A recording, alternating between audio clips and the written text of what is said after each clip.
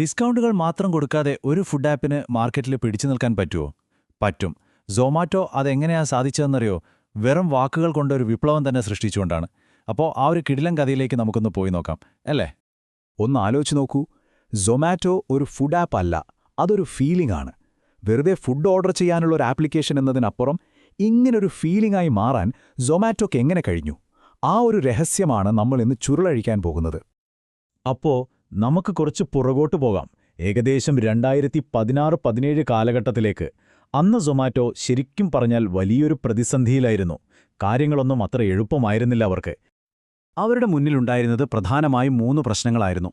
ഒന്നാമത്തേത്, ആളുകൾ ആപ്പ് തുറക്കുന്നേയില്ല. പിന്നെ ഓർഡർ ചെയ്യുന്നവരാണെങ്കിലോ ഡിസ്കൗണ്ട് കാണുമ്പോൾ മാത്രം.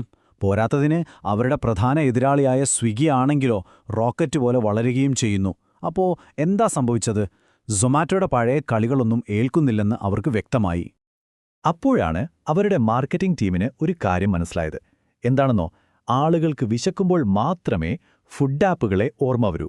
ഇതൊരു വലിയ തിരിച്ചറിവായിരുന്നു. കാരണം ആ വിശപ്പ് തുടങ്ങുന്നതിന് മുൻപേ ആളുകളുടെ മനസ്സിൽ കയറിക്കൂടണം. അതായിരുന്നു അവരുടെ മുന്നിലെ ഏറ്റവും വലിയ വെല്ലുവിളി. അപ്പോൾ ഈ പ്രശ്നത്തിന് അവരൊരു പരിഹാരം കണ്ടുപിടിച്ചു. പക്ഷേ അത് സാധാരണ മാർക്കറ്റിംഗ് ഐഡിയ പോലെ ആയിരുന്നില്ല. അതിനു പകരം ആ ടീം അവരോട് തന്നെ വളരെ സിമ്പിളായ, എന്നാൽ വളരെ പവർഫുള്ളായ ഒരു ചോദ്യം ചോദിച്ചു. ആ ചോദ്യം ഇതായിരുന്നു: നമ്മുടെ യൂസേഴ്സ് ചിന്തിക്കുന്നത് പോലെ സൊമാറ്റോ സംസാരിച്ചാൽ എങ്ങനെയുണ്ടാകും? യെസ്, ഇതായിരുന്നു ആ ഗെയിം ചേഞ്ചിങ് മൊമെന്റ്. ഈ ഒരൊറ്റ ചിന്തയാണ് സൊമാറ്റോയുടെ തലവര തന്നെ മാറ്റിവരച്ചത്. അവരുടെ മാറ്റം എങ്ങനെയായിരുന്നറിയോ? 50% ഓഫ് എന്ന ബോറടിപ്പിക്കുന്ന മെസ്സേജിന് പകരം സൊമാറ്റോ ഇങ്ങനെ ചോദിക്കാൻ തുടങ്ങി: ഡയറ്റോ? അത് നാളെ തൊട്ട് തുടങ്ങാം. കണ്ടില്ലേ? ലിമിറ്റഡ് ടൈം ഡീൽ എന്നതിന് പകരം രാത്രിയായി, ഫ്രിഡ്ജാണെങ്കിൽ കാലി, പേടിക്കണ്ട, ഞങ്ങളുണ്ട്. ഇങ്ങനെ തമാശയും കാര്യവും കലർത്തി നമ്മളിലൊരാൾ സംസാരിക്കുന്നത് പോലെയുള്ളൊരു സ്റ്റൈല്, അതായിരുന്നു അവരുടെ പുതിയ ആയുധം. അപ്പോൾ പിന്നെ എന്തുണ്ടായി? ഈ ഒരു ചെറിയ മാറ്റമുണ്ടാക്കിയ ഇമ്പാക്റ്റ്, അതൊരു ഒന്നൊന്നര ഇമ്പാക്റ്റായിരുന്നു. ആളുകളുടെ ശ്രദ്ധ മുഴുവൻ സൊമാറ്റോയിലേക്ക് തിരിഞ്ഞു. അതൊരു വൈറൽ ലൂപ്പ് പോലെയായി. സംഭവം സിമ്പിളാണ്. ആളുകൾക്ക് നോട്ടിഫിക്കേഷൻ വരുന്നു, അവരത് കണ്ട് ചിരിക്കുന്നു. അടുത്ത സ്റ്റെപ്പ് എന്താ? നേരെ ഒരു സ്ക്രീൻഷോട്ട് എടുക്കുന്നു, പിന്നെ അത് വാട്സാപ്പിലും ഇൻസ്റ്റഗ്രാമിലും ഒക്കെ ഷെയർ ചെയ്യുന്നു. ചുരുക്കി പറഞ്ഞാൽ ഓരോ യൂസറിന്റെ ഫോണും സൊമാറ്റോയുടെ ഒരു ഫ്രീ പരസ്യ ബോർഡായി മാറി. ഇതിന്റെയൊക്കെ റിസൾട്ട് ശരിക്കും ഞെട്ടിക്കുന്നതായിരുന്നു. സൊമാറ്റോയുടെ നോട്ടിഫിക്കേഷനുകൾ മീമുകളായി മാറി.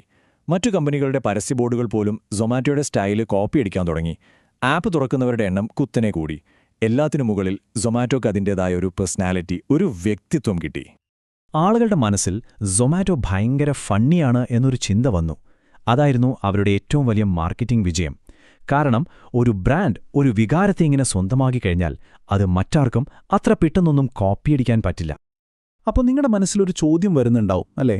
ഇത് ഇത്ര വലിയ വിജയമായിരുന്നെങ്കിൽ എന്തുകൊണ്ട് സ്വിഗ്ഗി അടക്കമുള്ള മറ്റ് കമ്പനികൾ ഇത് അതേപോലെ കോപ്പിയടിച്ചില്ല? അതിന്റെ കാരണം സൊമാറ്റോ മനുഷ്യരുടെ സൈക്കോളജി കൃത്യമായി മനസ്സിലാക്കിയിരുന്നു. 3 കാര്യങ്ങൾ. 1, ആളുകൾ പരസ്യങ്ങളല്ല ഷെയർ ചെയ്യുന്നത്, മറിച്ച് അവർക്ക് റിലേറ്റ് ചെയ്യാൻ പറ്റുന്ന ചെറിയ ചെറിയ സങ്കടങ്ങളും തമാശകളുമാണ്.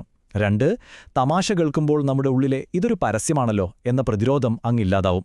3, ഒരു റോബോട്ട് സംസാരിക്കുന്നതിനേക്കാൾ നമ്മൾ ഓർത്തുവെക്കുക ഒരു മനുഷ്യൻ സംസാരിക്കുന്നതാണ്. ഈ ഒരു അറിവാണ് അവർക്ക് ആളുകളുമായി ഒരു കണക്ഷൻ ഉണ്ടാക്കാൻ സഹായിച്ചത്. അപ്പോൾ ഒന്നുകൂടി ചോദിക്കാം, എന്തുകൊണ്ടാണ് കോപ്പിയടിക്കാൻ ശ്രമിച്ചവർ പരാജയപ്പെട്ടത്? ശരി, അതിന് നമ്മൾ സൊമാറ്റോയുടെ രീതിയും ഒരു സാധാരണ കോർപ്പറേറ്റ് കമ്പനിയുടെ രീതിയും തമ്മിലുള്ള വ്യത്യാസം നോക്കണം. ഇനി ഒരു സാധാരണ കമ്പനിയിൽ ഒരു തമാശ നോട്ടിഫിക്കേഷൻ അയക്കണമെങ്കിൽ എന്ത് സംഭവിക്കുമെന്നറിയാമോ?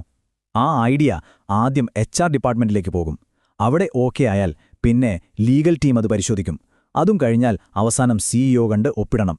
ഈ കടമ്പകളെല്ലാം കഴിയുമ്പോഴേക്കും ആ തമാശയുടെ ജീവൻ പോയിട്ടുണ്ടാകും.